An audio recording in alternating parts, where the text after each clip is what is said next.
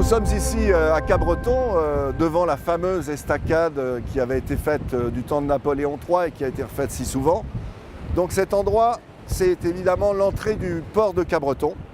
Et la raison pour laquelle Cabreton est le seul port de pêche des Landes, c'est parce que le canyon est présent là et qu'il a toujours permis les entrées des bateaux. Sinon, Cabreton ne serait même pas un port, ça serait simplement une station sur les dunes. Donc, lorsqu'on remonte ce fameux Boucaro, qui est la passe qui nous amène vers l'océan, dans le prolongement de l'estacade, eh bien, à 200-300 mètres, nous avons le début du gouffre, c'est-à-dire ce qu'on appelle la tête du gouffre, qui en réalité mesure 1200 mètres jusqu'à la plage nord d'Osgore. Et c'est évidemment aussi cette tête du gouffre qui fait qu'on obtient la plage la plus connue des surfeurs français qui s'appelle la Nord, parce que c'est une vague qui bute contre une paroi verticale de la tête du gouffre. Ce canyon, qui est un des plus remarquables canyons au monde, c'est un patrimoine extraordinaire pour la France et l'Europe. Il y en a assez peu de ce type dans le monde. C'est ça qu'il faut comprendre. C'est qu'il y a des milliers de canyons dans le monde. Rien que dans le golfe de Gascogne, il y en a plus de 130. Mais les canyons du type gouffre, il y en a 0,3% seulement. Alors, qu'est-ce que c'est un canyon du type gouffre ? Un canyon du type gouffre, c'est un canyon qui est encore relié au littoral et qui avait un lien hydrographique dans le passé, ou qui l'a encore, comme le cas du fleuve Congo, par exemple, avec le gouffre, le canyon du Congo. Et ici, on avait l'Adour, qui, après s'être jeté un peu partout dans les Landes, s'est jeté dans le gouffre parce que le gouffre était là. Et ce ne sont pas les fleuves qui ont creusé les canyons, bien entendu, comme certaines croyances populaires l'imaginent. Et c'est normal. Quand on a un fleuve qui se jette dans un fjord comme ça sous-marin, on se dit « Ah bah tiens, c'est peut-être lui qui l'a creusé ». Bien entendu, aujourd'hui, on connaît parfaitement les dimensions du canyon, puisqu'il a été mesuré maintes fois, et il est régulièrement encore mesuré. Et bon, ce canyon fait 300 km de long, il arrive à 4500 mètres de fond tout au bout, alors qu'ici il commence à 20-30 mètres de fond, il descend lentement, et il fait 15 km de large, il est un peu en éventail à l'arrivée. Il va d'ici à Cabreton-Osgore en parallèle à la côte espagnole, et il va jusqu'à Santander, qui est situé après Bilbao, où il se fond dans la plaine abyssale. Ce qu'on découvre avec fascination aujourd'hui, et grâce aux scientifiques, c'est les influences de ce canyon, aussi bien sur la côte, sur les vagues, que sur la biodiversité.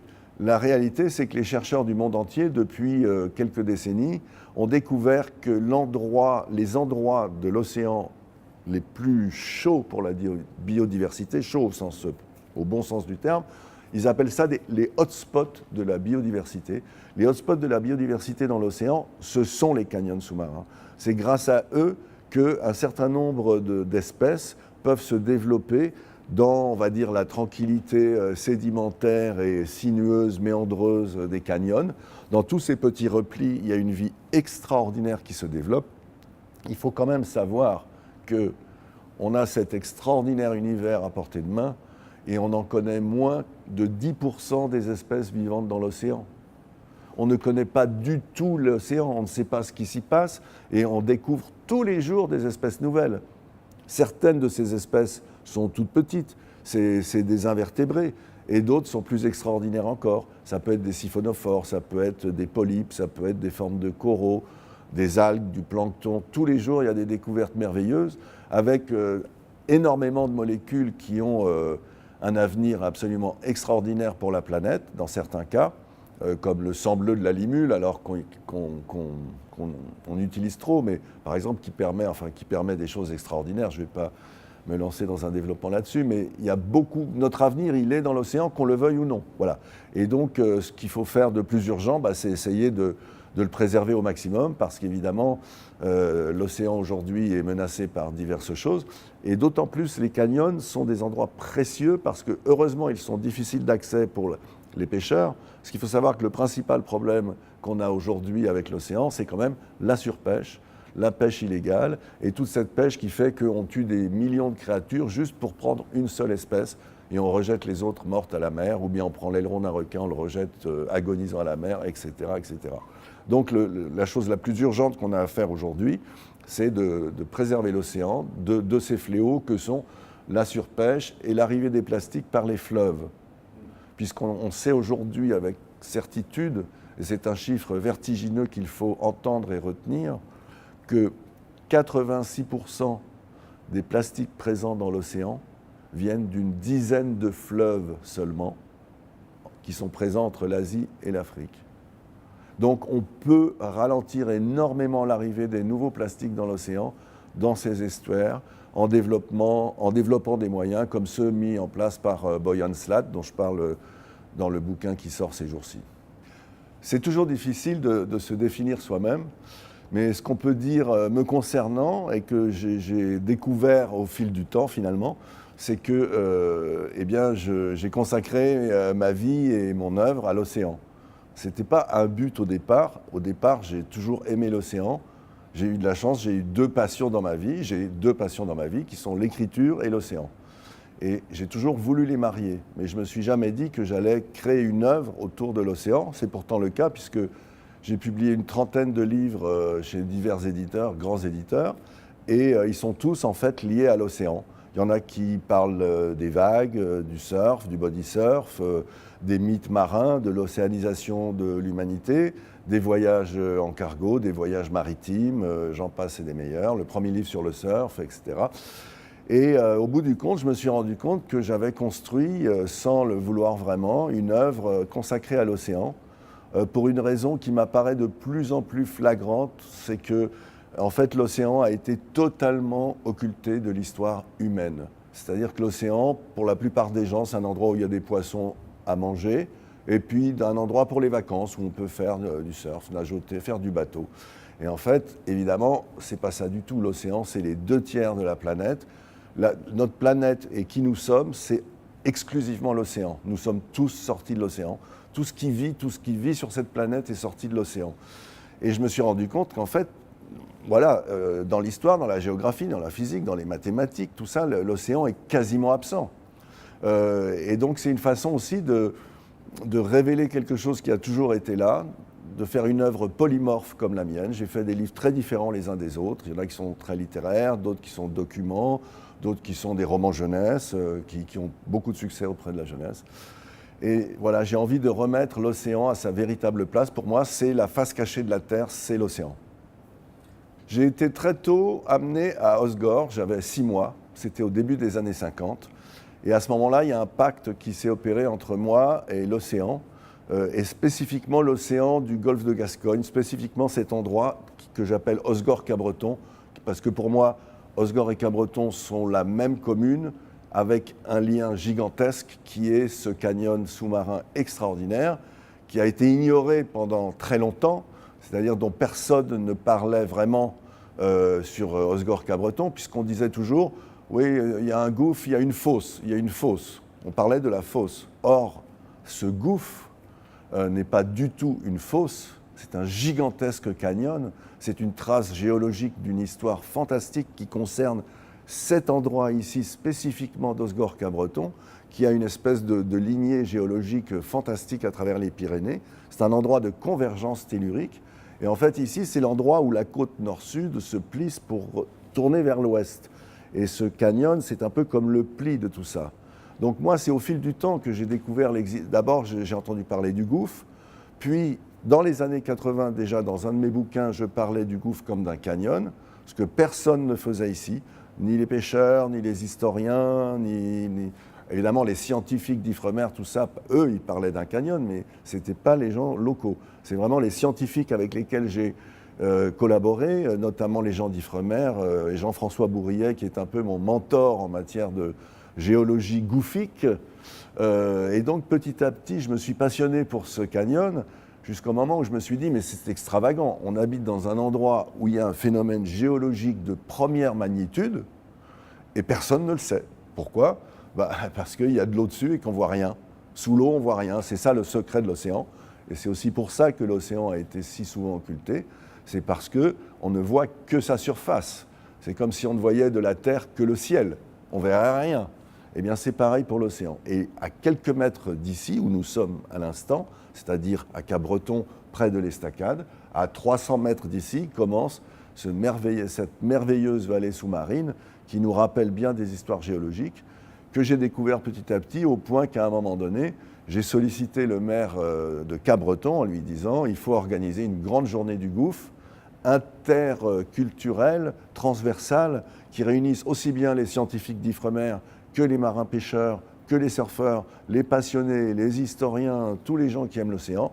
Et c'est ce que j'ai fait, c'est ce qu'on a fait avec la ville, de créer une journée du gouffre qui a lieu tous les 2 ans et qui célèbre ce fantastique canyon. Alors, ce canyon, il a évidemment une histoire, mais une histoire assez courte, parce qu'il n'a commencé à être redécouvert qu'au XIXe siècle par le marquis Léopold de Follin. Les gens savaient qu'il y avait une fosse. Les marins savaient, puisqu'ils mettaient leur bateau au-dessus du canyon pour éviter les déferlantes en cas de tempête. Mais personne ne savait de quoi il s'agissait. Et donc, cet océanographe qui était le marquis de Follin, qui avait fait le premier tour du monde océanographique avec le HMS Challenger, s'est passionné, quand il est revenu, il était capitaine du port à Bayonne, et il s'est passionné pour ce canyon. Il a fait quelques belles trouvailles. Après, il y a eu d'autres océanographes qui sont venus, comme M. Le Danois, dont on a un peu oublié l'histoire. Et puis ensuite, ce sont les campagnes bathymétriques d'Ifremer qui ont permis de voir le canyon. Enfin, on pouvait le voir grâce au sonar à balayage transversal qui ont écumé tout le canyon jusqu'à ce qu'on en ait vraiment la géomorphologie exacte. Et aujourd'hui, on peut dessiner le canyon très précisément, et c'est vrai que c'est fascinant. Les canyons terrestres comme le Colorado sont des cas tout à fait différents des canyons sous-marins qui, eux, se sont creusés en fonction des différents niveaux de l'océan. Il faut se souvenir d'une chose extravagante. Il y a seulement 20 000 ans, c'est-à-dire très peu de temps, puisque c'est à peu près l'âge de Lascaux. Lascaux, c'est 18 000 ans, la grotte Chauvet, c'est 36 000 ans, etc. Donc on avait des hommes et des femmes comme vous et moi aujourd'hui. Ils n'étaient foncièrement pas différents. Eh bien, il y a 20 000 ans seulement, ici, on ne pouvait pas voir la mer, parce que le niveau marin était 120 mètres plus bas que le niveau actuel. Ah oui. Donc pour trouver 120 mètres de fond en partant d'ici sur le plateau landais, il faut aller très loin. Et autant le canyon était visible il y a 20 000 ans quand le niveau était bas, autant on ne voyait plus l'océan. Donc ce sont ces hauts et bas niveaux marins aussi qui ont participé à la création des canyons par érosion régressive, c'est-à-dire que d'abord on a une érosion qui creuse un sillon, et ensuite on a des cours d'eau qui se baladent et qui trouvent ce sillon et qui s'y jettent, et qui amplifient évidemment le sillon, qui le remplissent de sédiments, qui participent à ces canyons. Mais on a très très très peu de canyons, parce que maintenant les canyons reliés au littoral, on les appelle des canyons du type gouffre, c'est un nom scientifique. Et alors donc les journées du gouffre, maintenant, à chaque fois qu'on fait une journée du gouffre, on invite un canyon frère, c'est-à-dire un canyon semblable au nôtre et qui doit être du type gouffre. Donc en septembre dernier, on a invité le plus proche canyon de type gouffre de Cabreton, qui est le canyon de Nazaré. Et la ville de Nazaré au Portugal est aujourd'hui connue comme l'endroit du monde où se produisent les plus grosses vagues au monde. C'est-à-dire qu'à Nazaré, on a des vagues qui dépassent 35 mètres, ce qu'on ne trouve nulle part ailleurs au monde. Et ces vagues sont causées par l'existence d'un grand canyon, qui est un canyon assez semblable au nôtre et qui provoque, par un effet que je pourrais expliquer de rebond, de diffraction, qui provoque les vagues géantes. Pour moi, chaque citoyen qui aime l'océan a un petit devoir de sensibilisation. Chacun à son niveau, chacun fait ce qu'il peut. Il n'y a pas de... Mais tout le monde devrait s'occuper un petit peu de l'océan.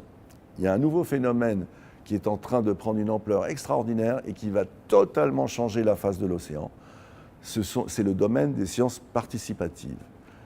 Nulle part comme pour l'océan, ces sciences participatives peuvent avoir un impact extraordinaire. C'est-à-dire qu'aujourd'hui, n'importe quel plongeur, surfeur, navigateur, observateur de l'océan, riverain, eh bien, peut, par un divers nombre d'applications, de techniques, de matériel qu'on leur fournit, il peut influer sur l'océan, dire « j'ai vu là une pollution, j'ai vu un animal échouer » ou au contraire « j'ai vu un banc de dauphins ». Tout ça, c'est envoyé aux scientifiques. Et notamment, par Internet, on peut par exemple être une personne à mobilité réduite qui ne peut pas aller à la mer, et on peut aider à sauver l'océan grâce aux sciences participatives. Parce qu'il y a en ligne un certain nombre d'outils qui permettent aux gens d'aider les scientifiques. Un exemple, Ifremer a placé des caméras sur les dorsales océaniques pour observer la vie autour des fumeurs, du phénomène des fumeurs. Seulement, et comme c'est en continu, on peut pas, Ifremer, et on n'a pas les moyens de payer des chercheurs à visionner en continu ce qui se passe sous l'eau. Donc, on le met en ligne, tout le monde peut y accéder, et on donne aux gens les outils techniques pour savoir ce qu'il faut regarder, qu'est-ce qu'il faut observer, comment, et si on voit quelque chose, qu'est-ce qu'il faut faire. Tout ça c'est pédagogique, les enfants peuvent le faire. Ça s'appelle Espions des grands fonds, et c'est vraiment fait pour tout le monde. Et de cette façon, il y a quelque temps, il y avait un petit couple, je ne sais plus dans quel pays, je crois que c'était peut-être même en France, qui s'amusait à regarder ça. Puis à un moment, ils ont dit, mais c'est quoi ce truc-là allez, on va le signaler. Et puis quelques semaines plus tard, ils ont reçu un message disant, vous avez découvert une nouvelle espèce vivante. Et les gars, ils mangeaient des chips en regardant leur ordinateur, et ils ont découvert une espèce vivante. Et on a y compris aussi des systèmes pour que quelqu'un, derrière son ordinateur, plutôt que de faire des jeux vidéo tout le temps, là, il peut repérer des bateaux illégaux qui pénètrent dans des aires marines protégées. C'est un programme qui a coûté plus de 30 millions d'euros à Google et à la fondation Leonardo DiCaprio. Ça s'appelle Global Fishing Watch. Et tout le monde peut le faire, s'y inscrire et participer à la protection des aires marines protégées, qui sont assez nombreuses, mais évidemment pas du tout assez nombreuses. Dernier point très important, les aires marines protégées, elles nous montrent une chose, c'est que l'océan a une capacité de résilience extraordinaire, et ça devrait nous donner beaucoup d'espoir.